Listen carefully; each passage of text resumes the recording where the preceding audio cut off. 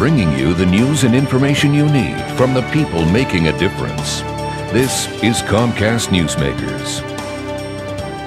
Hello, and thanks for joining us. I'm Paul Lisnek, and this is Comcast Newsmakers. This hour's newsmaker is Scott Seaman. He's co-author of the book, Battling and Beating Cancer, the Cancer Survival Book. Today, well, we're going to be talking about the battle that you lived through, Scott. It's good to see you. Good to see you, Paul.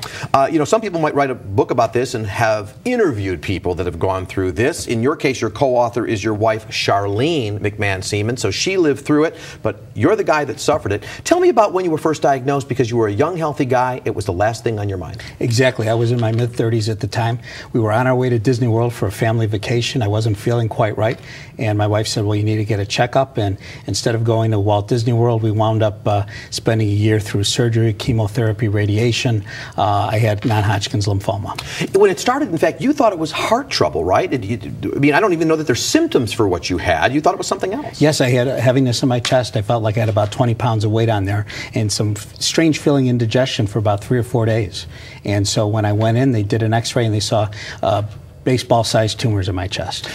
Many people in your situation would never have made it through physically. You not only made it through, but I think part of what you write about in Battling and Beating Cancer, the support that you got from your family. You have a daughter, your wife. Talk to me about how they got through this, because you're fighting the battle, but it's no easy trip for them. It isn't, and of course I was able to be weak and say, from time to time, I'm not going to make it, or I'm worried, and they didn't. They were always strong, and of course had those feelings themselves and had to keep it from me, so in some ways it's rougher. But the other thing is I would not have made it without my wife, because while I'm strong in the courtroom, I'm a courtroom trial lawyer, when it comes to battling cancer, that's an adversary I never felt I could tackle.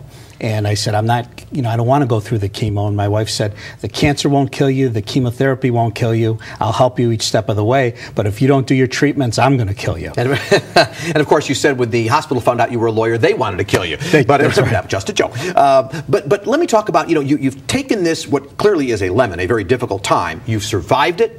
I'm very happy that that's the case, but you've said, I'm now going to give back. So you've written this book with your wife. It chronicles your battle, but let's also talk about the proceeds of this and then some of the other resources in the book. Sure. As a lawyer, the idea of helping other people never occurred to me, but Charlene said, we have to make sure other people don't go through what you went through. Right, we're kidding out there. We're just kidding. We're both lawyers. Right. Okay. And so we've been involved. She co-founded the Chicago chapter of the Lymphoma Research Foundation. We started the Lymphomathon, and she works with patients all the time, and we felt that we needed to, at her urging, we needed to put something down to help people out, because when you hear the words, you've got cancer, your whole life changes, and you need to know where to turn, how to deal with it, and how to tilt those odds in your favor each step of the way. And so we wrote this book, and the proceeds will go to cancer research and education. And which is beautiful. The first half of the book is your story. The second half of the book, the resources. So this is a resource not only for people who are battling cancer themselves, but also their family member. Talk about some of the resources we find. Sure. And my wife wrote a whole chapter about caregiving and what caregivers need to do,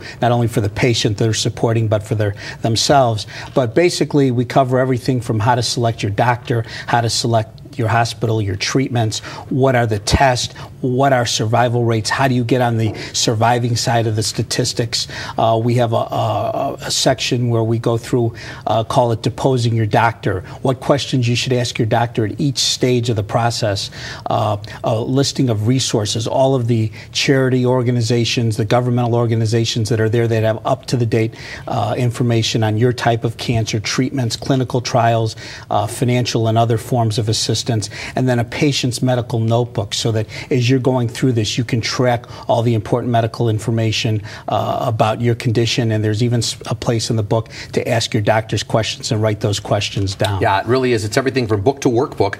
People can get the book at Amazon.com, of course, and around, but also your website. We'll post it, but go ahead and say it. Yeah, it's charleneandscott.org, and people can not only get information on the book, but also if people have questions or need some tips or some advice, if they contact us, Charlene in particular is very good about getting back to people. Thank you, Scott. Battling and Beating Cancer, the Cancer Survival Book. Scott Seaman, thanks for being with me. I'm Paul Lisnek. This has been Comcast Newsmakers. Thanks for watching. Bye-bye. The preceding was a presentation of Comcast Newsmakers. Now, back to headline news.